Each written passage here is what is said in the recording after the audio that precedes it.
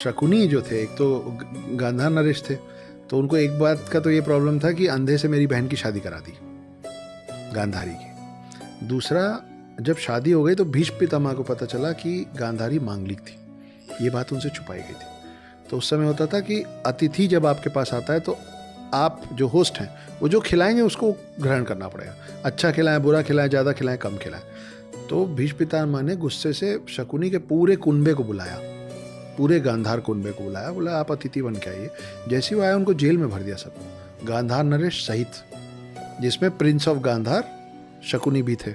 और उनको रोज एक मुट्ठी चावल देते थे सबके बीच में खाने के लिए। एक मुट्ठी चावल से कैसे खाएंगे इतने लोग? धीरे धीरे वो पेरिश होने लग गए, मरने लग गए।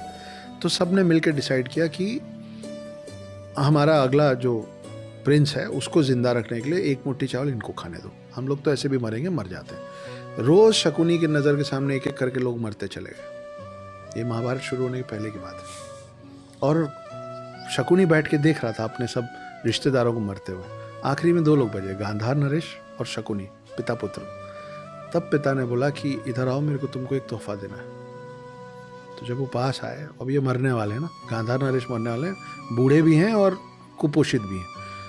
पूरे शरीर की ताकत अपने पाँव में ला के उन्होंने शकुनी के घुटने पे लात मार दी और शकुनी का घुटना टूट गया। चीखते हुए दर्द में बोला, ये क्या किया? मैं आपका बेटा हूँ। बोले तुम इतने बड़े अय्याश हो कि तुम जब यहाँ से बाहर निकलोगे ना तो तुम भूल जाओगे कि तुम्हारे साथ यहाँ हम लोगों के साथ क्या हुआ था रोज़। तुम फिर लग जाओगे वही पास से खेलने में और जुएबाजी में।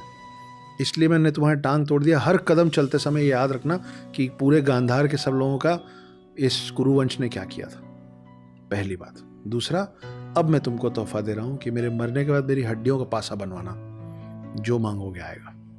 वो वही पासे थे जिसमें पांडव सब कुछ हारे थे।